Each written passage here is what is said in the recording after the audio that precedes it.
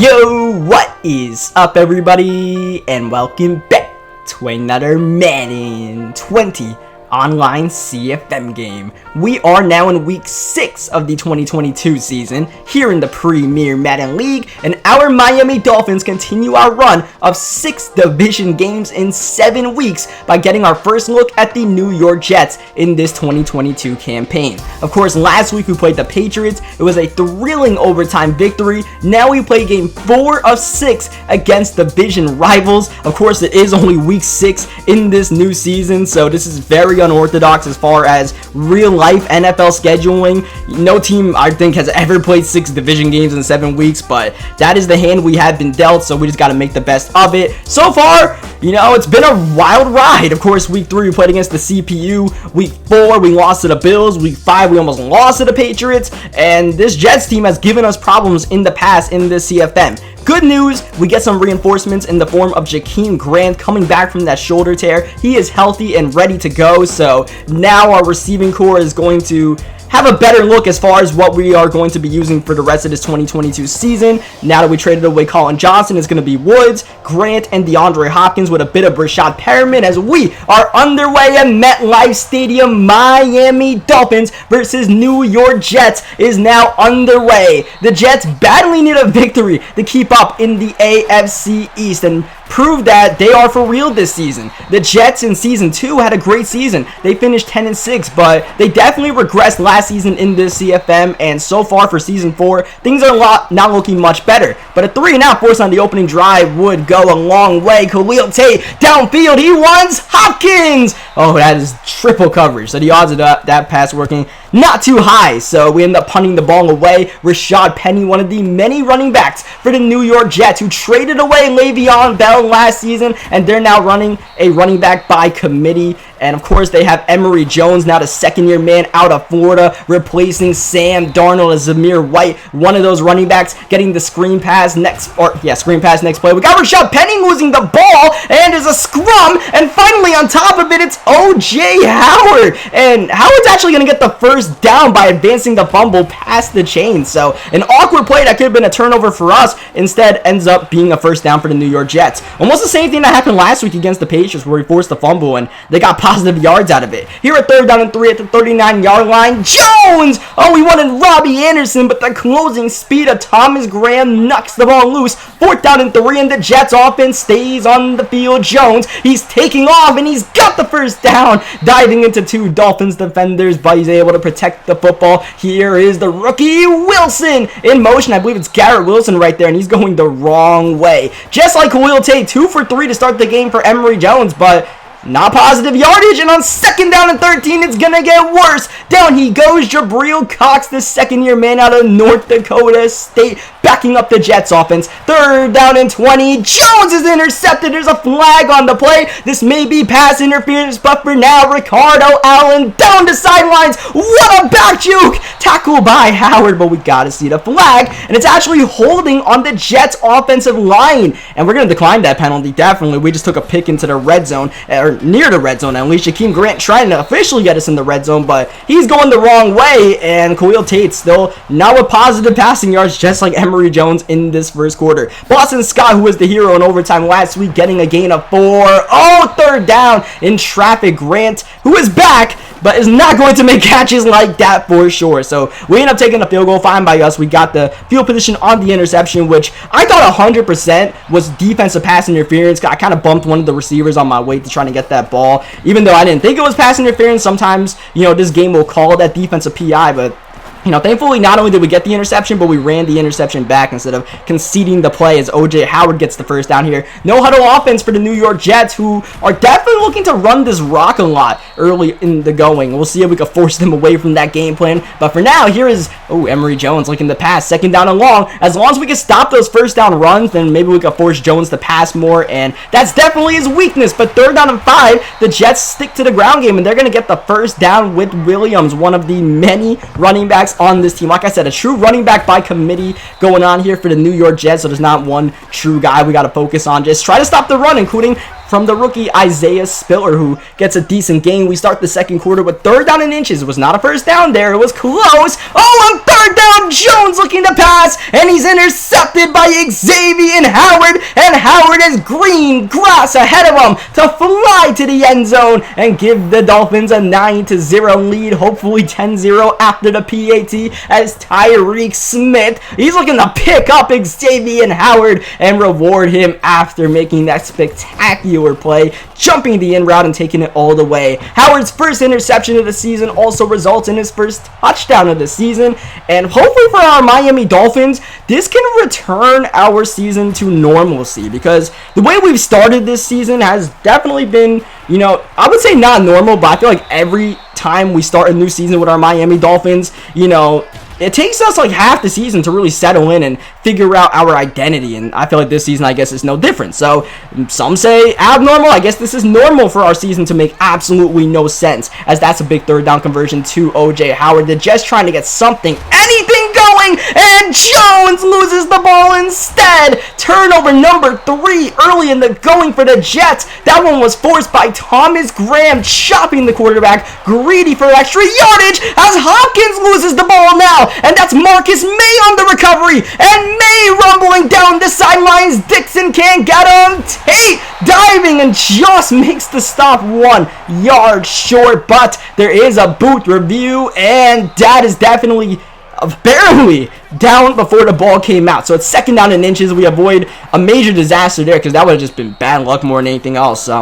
We get the first down going to Hopkins. Oh, how about some good luck? DeAndre Hopkins makes that catch off the deflection. Definitely an awkward looking play, and it works out for us. That moves us in the red zone already with the 10-0 lead. 2nd down. Here is Tate. He's looking to pass. He wants Hopkins, who might have had some space, but unfortunately Tate put that ball away from his 99 overall receiver. Now it's 3rd down and 10, and nothing is open. A coverage sacked by the former Miami Dolphin, who has turned into a superstar under division rival New York Jets, Charles Harris. Field goal up and good by Joey Sly. 13-0 lead. At this point, you know, the offense is definitely not up to par of what it's been this season. I feel like our passing game has definitely improved. Our rushing attack is definitely still, you know, good enough, as we proved last week when we needed it. Boston Scott and Lynn J. Dixon took care of business in OT, but the Jets are definitely posing a bit of a struggle for Khalil Tate and the boys. 3rd down and 5, man in motion, and the Jets are going to run the ball. Spiller's not going to get the first down. Christian Wilkin inside, forcing the tackle for loss and the 3 and out. Of course, Caden Stearns knocking that ball loose, but once again,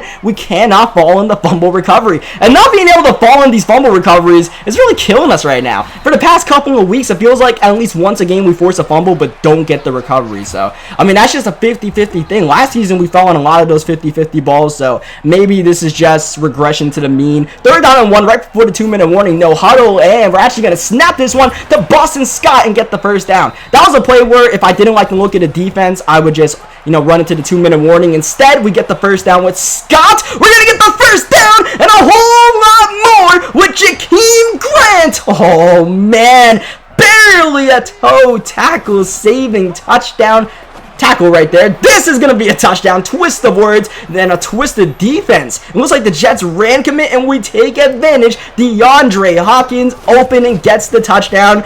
The Jets nearly had an interception there despite the run commit. They had a user defender in the area, but a bit out of place, probably trying to figure out, you know, that might have been an accidental run commit. I'm not sure. Maybe it was on purpose since we sent Jakeem Grant in motion. Either way, that was a disaster, and for the Jets, when it rains, it pours, and it's going to continue. Raekwon McMillan with the interception, with the wheels, with the pick six. Defensive touchdown number 2 of the game for the Dolphins defense in the first half alone, and it's officially a blowout in this one. Of course, we don't expect the Jets to just fold and give this game up at this point because, of course, 10-minute quarters in this CFM, there's a lot of time to come back, so we're not going to call this one over, but I mean, for the Jets right now, they look completely out of sorts. Whatever game plan they came into this game trying to execute, they gotta throw it out the window because it is just not working as Thomas Graham swats the ball instead of what could have been another interception and potentially a pick six. Instead, on the next play, wide open downfield, can Jones deliver? Yes, he can, to the rookie Wilson all the way to the 26-yard line. A big play that has definitely been lacking from the Jets offense all day long. And man, can these New York Jets,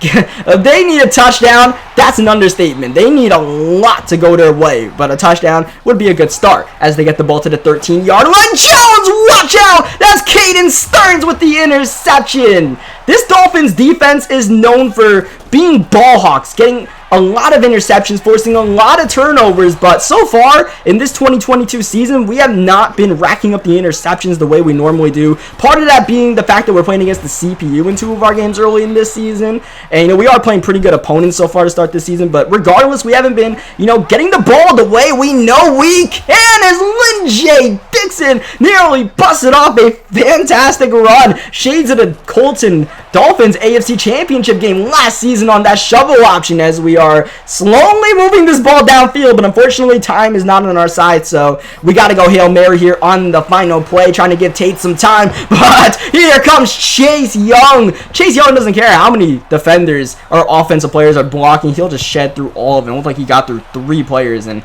yeah, we'll just throw that ball away. We're not going to jeopardize anything. We're up 27-0. We could take the Hail Mary shot, but I mean, it's not even worth it at that point. Let's just go into halftime and continue playing defense, right? Let's just play smart. Let's grab our victory. These division games matter a lot, and the fact that we're playing them all early on in the season, we don't want to lose sight of our eye on the big prize as, Emory Jones squeezes that in. Bryce Hall looked like he nearly was going to come up with that one. Instead, Wilson gets another big play. Jones already with 4 interceptions. We're trying to make number 5 happen right here as looks like nothing's really open. Anderson with space, but Jones doesn't see him. Instead, in traffic, it's caught. Flag on the play. In the meantime, it's a touchdown for Tylan Wallace. And it's indeed a touchdown for Tylan Wallace. Interference on Xavier Howard, who was the primary defender on that play. And it's going to be a touchdown. The PAT just up and good by the Jets. Now, that was definitely a weird play in its own. Emory Jones leaving the pocket, throwing it in traffic. And then Tylan Jones just went wild on our defense. I really don't know what happened there.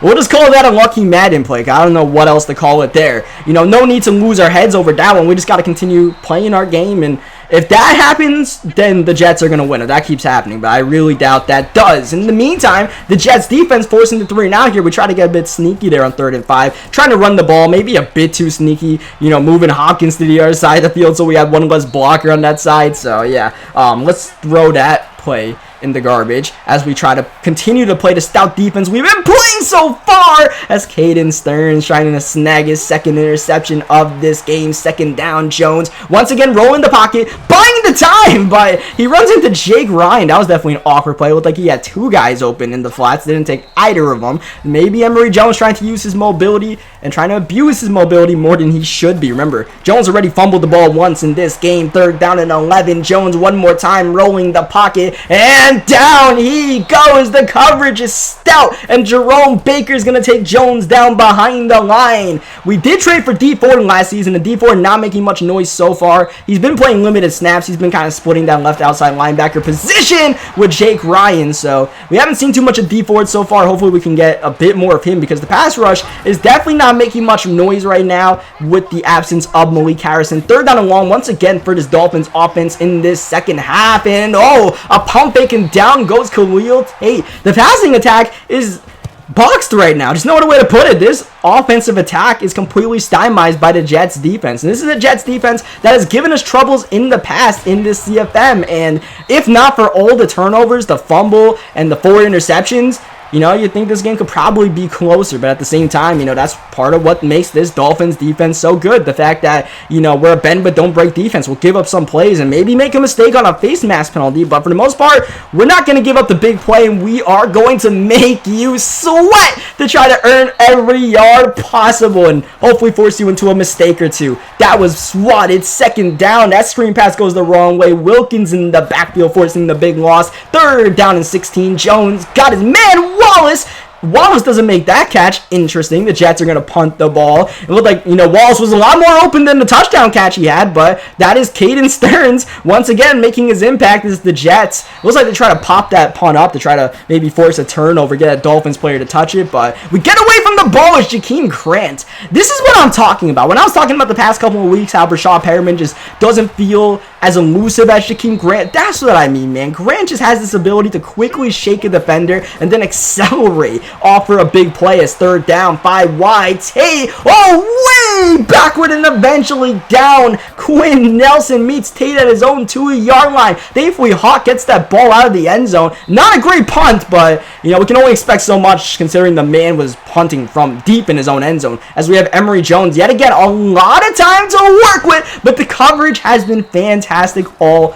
day long for the Dolphins defense. It continues now. Jones just trying to force whatever he can, but there are just such tight windows to throw this ball. You have to have perfect timing, and that's just not good enough. Ball swatted by McMillan, and the Jets, who are being given opportunities to sneak their way back into this game by their defense, are being let down by their offense. So now at this point, 20-point lead, heading into the fourth quarter. We gotta just try to shoot his clock, maybe bust off a big one with Lynn J. Dixon out of the last man in the way is able to make the tackle, but that still doesn't change the fact that Lynn J. puts us at the 37-yard line to start the fourth quarter. Not only a chance to chew more clock, but a chance to hopefully score some points, maybe a touchdown, maybe a bit too ambitious trying to throw it to Grant in coverage, second down. Screen's not open, but on the other side, it is Lynn J. Dixon. Lynn J. handling the benching pretty well. He had 2 touchdowns in last week's game. In his limited action, he's making positive impacts. That's all good. Grant in the corner, and Tate puts it right where only the receiver can get it on the next play. How about Jakeem Grant?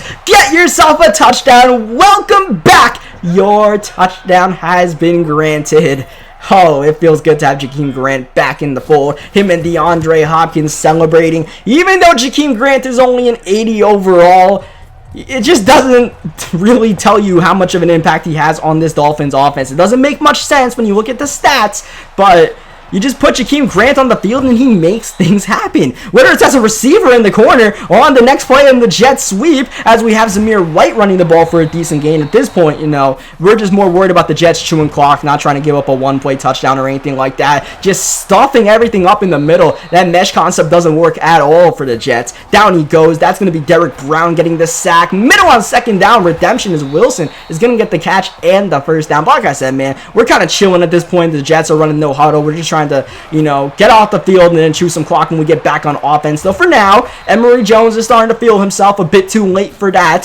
So today's game, I feel like we did our job as O.J. Howard gets the ball to the 4-yard line. We did our job as far as returning the Dolphins back to normalcy a bit. It helps that we had Grant back, but after a weird couple of weeks playing the CPU, playing close games, missing a lot of kicks against the Bills, this is more of what Dolphins football is all about, man. It feels good to be in one of these blowouts. It really, really does. Because even that week 2 game against the Vikings, we had to fight for that one. So, to be in a game like this, man, it feels good and lets us know that, we are the defending Super Bowl champions, because we didn't exactly come out firing on all cylinders this season, and yeah, now we're letting the rest of the league know that the Dolphins are indeed, legit. If anybody had any doubts that there might be a little crack in the armor, we're up big on the Jets right now. Now it's time to chew up some clock. Lynn J. Dixon had some space to bust off a big one right there. Second down, here's Boston Scott. Once again, man, if I could just get these juke moves down one-on-one in the open field, those are big plays, but you guys know me, man.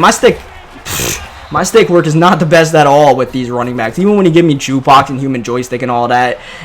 Still managed to screw up 3 pretty good rushing attempts right there. I got juked into the defender on third down. You gotta be kidding me. That's the worst thing you could possibly do. Just using and abusing that joystick got in the way. The Jets were using and abusing the speed of Emory Jones to the point where it was actually hindering them. As we have Jones with more time to make something happen. You're trying to roll out the pocket. Jones getting a decent gain. Tyreek Smith able to make the tackle right there. So while we are in this blowout, let's talk about the fact that, the Miami Dolphins right now are not done making trades, all right? Colin Johnson being traded was hopefully step 1 in pulling off maybe a bigger trade down the road, because even though we traded away Colin Johnson, you know, he's not the last guy that we're looking to trade on this team. The next guy that I think, you know, I'd like the trade might actually be Lynn J. Dixon, which sounds a bit crazy because he's a human joystick 22-year-old or 23-year-old running back. But, you know, we have Boston Scott, which is more than fine, as Scott is clearly displaying right now. And the fact that we could get something back for one of these two superstar running backs,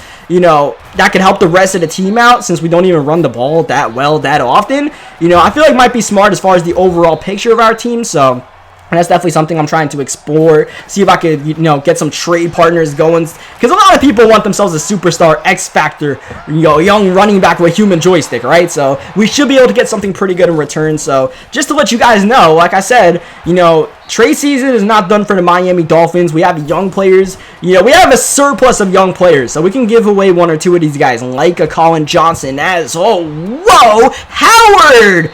One Howard trying to get the ball. Xavier Howard should have gotten it instead, but that butt doesn't land in bounds, so that is going to be just an incompletion. X nearly getting his second interception. How about Christian Wilkins? How about the day he is having? He gets his first sack here after forcing a couple of tackles for a loss. Oh, Robbie Anderson mossing Bryce Hall for the touchdown. PAT coming up here, and without an onside kick recovery, this game will be ending on the knee of Ryan Fitzpatrick, and not even an onside kick here. Cairo Santos looks like he's kicking this one downfield or out of bounds. Fine by us. Whatever. Game will be over. We can officially kneel this ball. Ryan Fitzpatrick. Fourth quarter took quite a while there as the Jets were trying to run up tempo and all this stuff. Like, I've always mentioned it before. Like, whatever the team that is down by 20 wants to do, they can do. Like, as long as we're winning, that's fine by me, man. You can, you know, run up tempo and try to, you know, get yourself some stats or whatever it is.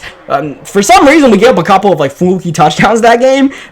like the Tylan Wallace one and then the Robbie Anderson one. Otherwise, you know, we played pretty good defense that game. So we can hang our heads on that one, because I feel like we played good defense against the Patriots, and it didn't really show on paper because we were just giving away easy scoring opportunities throughout the game. We held Sam Darnold to about like 100 and something passing yards. So our defense is starting to round into form, so that's pretty good. That'll do it for today's video, though. Leave a like on this video if you guys enjoyed what you guys saw today, which was a dominant Miami Dolphins victory. Next week, we take a break from AFC East division opponents, taking on the Green Bay Packers, so definitely tune in for that one. And on that note, I will catch you guys next time. Thank you, as always, for watching.